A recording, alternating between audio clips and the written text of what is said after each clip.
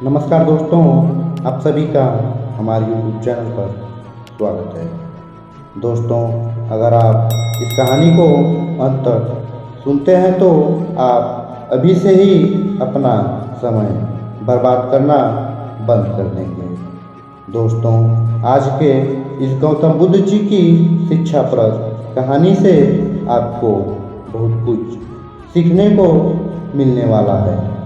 इसलिए दोस्तों, इस वीडियो को अंत तक जरूर देखें। दोस्तों, एक बार गौतम बुद्ध जी अपने भिक्षुओं के साथ एक वृक्ष के नीचे बैठकर विश्राम कर रहे थे। उस वृक्ष की छांव में बुद्ध जी अपने भिक्षुओं की जिज्ञासा दूर कर रहे थे। बुद्ध जी के सभी भिक्षु एक एक करके उनसे प्रश्न पूछ रहे थे। गौतम बुद्ध जी उनके प्रश्नों के उत्तर दे रहे थे। बुद्ध जी के उन भिक्षुओं में कुछ भिक्षु ऐसे भी थे जो कुछ समय पहले ही संघ से जुड़े हुए थे, जिसके कारण अभी उनके भीतर वह समझ पैदा नहीं हुई थी जो गौतम बुद्ध जी के प्रवचनों को समझ सके। गर्मियों का समय था, सूरज अपने चरम पर था और चारों तरफ धूप ही धूप थी। लेकिन उस वृक्ष के कारण बुद्ध और उनके सभी भिक्षु आराम से छांव में बैठे हुए थे। इतने में ही गौतम बुद्ध जी के एक भिक्षु की नज़र एक बूढ़े व्यक्ति पर पड़ती है जो उस वृक्ष के पास से ही गुजर रहा था। वह भिक्षु उस बूढ़े व्यक्ति को देखकर अचानक से ही हंसने लगता है। उस बूढ़े व्यक्ति की उम्र बहुत ज़्यादा हो गई थी, जिसके कारण उसकी कमर मुड़ गई थी।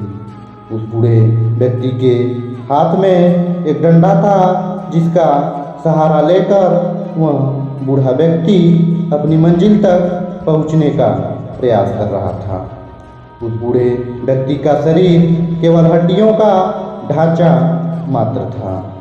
अपने भिक्षु को हंसते हुए देख बुद्ध जी ने उससे कहते हैं कि मेरे प्रिय भिक्षुओं, कृपा कर हंसो मत, क्योंकि जिस व्यक्ति को देखकर तुम अभी हंस रहे हो वह कोई साधारण व्यक्ति नहीं है, बल्कि वह व्यक्ति इसी क्षण तुम्हारे जीवन को रूपांतरित करने की क्षमता रखता है। जो आज तक मैं तुम्हें सिखा नहीं पाया, वह यह बूढ़ा व्यक्ति तुम्हें सिखा रहा है। इसके द्वारा दी गई सीख को बेकार ना करो। बुद्ध जी की यह बात सुनकर वह भिक्षु बुद्ध जी से कहता है कि मुझे क्षमा करें बुद्ध जी, पर मुझे यह समझ नहीं आ रहा है कि जो एक बूढ़ा व्यक्ति जो खुद अपने शरीर और अपनी बीमारियों से लाचार है, वह मुझे क्या सिखा सकता है। फिर बुद्ध जी उस भिक्षु से कहते हैं कि यह बूढ़ा व्यक्ति तुम्हें तुम्हारा भविष्य दिखा रहा है। जिस बुढ़ापे को और लाचारी को देखकर तुम अभी हंस रहे हो, वह बुढ़ापा और लाचारी तुम्हारे जीवन में आने वाली है। वह बूढ़ा व्यक्ति तुमसे कह रहा है कि अभी समय है इस स्वस्थ शरीर का अच्छे कर्म करने के लिए उपयोग करो, और अगर तुम्हारा यह स्वस्थ शरीर तुम्हारे हाथ से निकल गया तो फिर से वापस नहीं आएगा। और अभी तुम्हारा यह शरीर सही से काम कर रहा है, जैसे कि तुम्हारे हाथ, पैर, आँख, कान और यह सभी चीज़ें सही से काम कर रही हैं। क्या यह छोटी बात है और क्या तुम इसे मामूली सी बात समझ रहे हो? यह घटना कोई साधारण घटना नहीं थी जो अब भी तुम्हारे साथ घटी, और यह घटना तुम्हारे जीवन को बदलने की क्षमता रखती है। ठीक इसी तरह की घटना ने मेरा जीवन बदला था, और इसी तरह की घटना के कारण ही मैं आज बुद्ध हूँ। फिर वह बिच्छू बुद्ध जी से कहता है कि क्षमा करें बुद्ध जी, परंतु मेरे मन में यह विचार ही नहीं आया कि मैं उस बूढ़े व्यक्ति से कुछ सीख सकता हूँ। उसे देखकर केवल मुझे हंसी आ गई। ऐसा इसलिए हुआ क्योंकि तुम्हें अपने भीतर कहीं ना कहीं लगता है कि जिस स्थिति में आज वह बूढ़ा व्यक्ति है, उस स्थिति में तुम कभी नहीं आओगे। जिस बुढ़ापे का और लाचारी का सामना आज वह बूढ़ा व्यक्ति कर रहा है, तुम्हें लगता है कि उसका सामना तुम कभी नहीं करोगे, इसलिए तुम उस बूढ़े व्यक्ति को देखकर हंस पाए। तुमने सच्चाई को नज़रअंदाज कर दिया।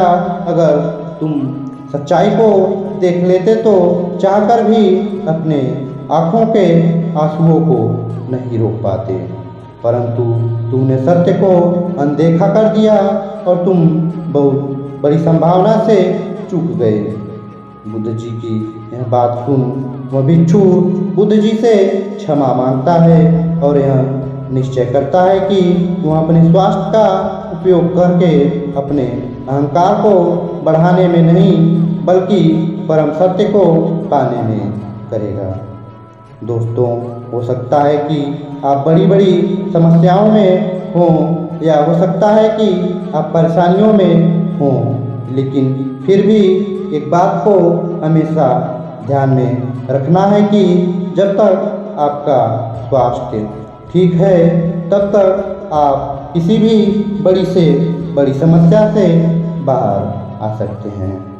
दोस्तों, इसलिए बुद्ध जी ने कहा है कि हमारा स्वास्थ्य हमारा सबसे बड़ा उपहार है जो हमें इस सृष्टि से मिला हुआ है, इसलिए इसका उपयोग सही से करें। दोस्तों, आपको गौतम बुद्ध जी की शिक्षाप्रद कहानी कैसी लगी, कृपया हमें नीचे कमेंट बॉक्स में कमेंट करके ज़रूर बताएं। और आपको यह कहानी पसंद आई होगी तो अपने दोस्तों के साथ इसे अवश्य शेयर कीजिएगा और ऐसे ही गौतम बुद्ध जी की शिक्षाप्रद कहानी सुनने के लिए चैनल को जरूर सब्सक्राइब कीजिएगा। धन्यवाद।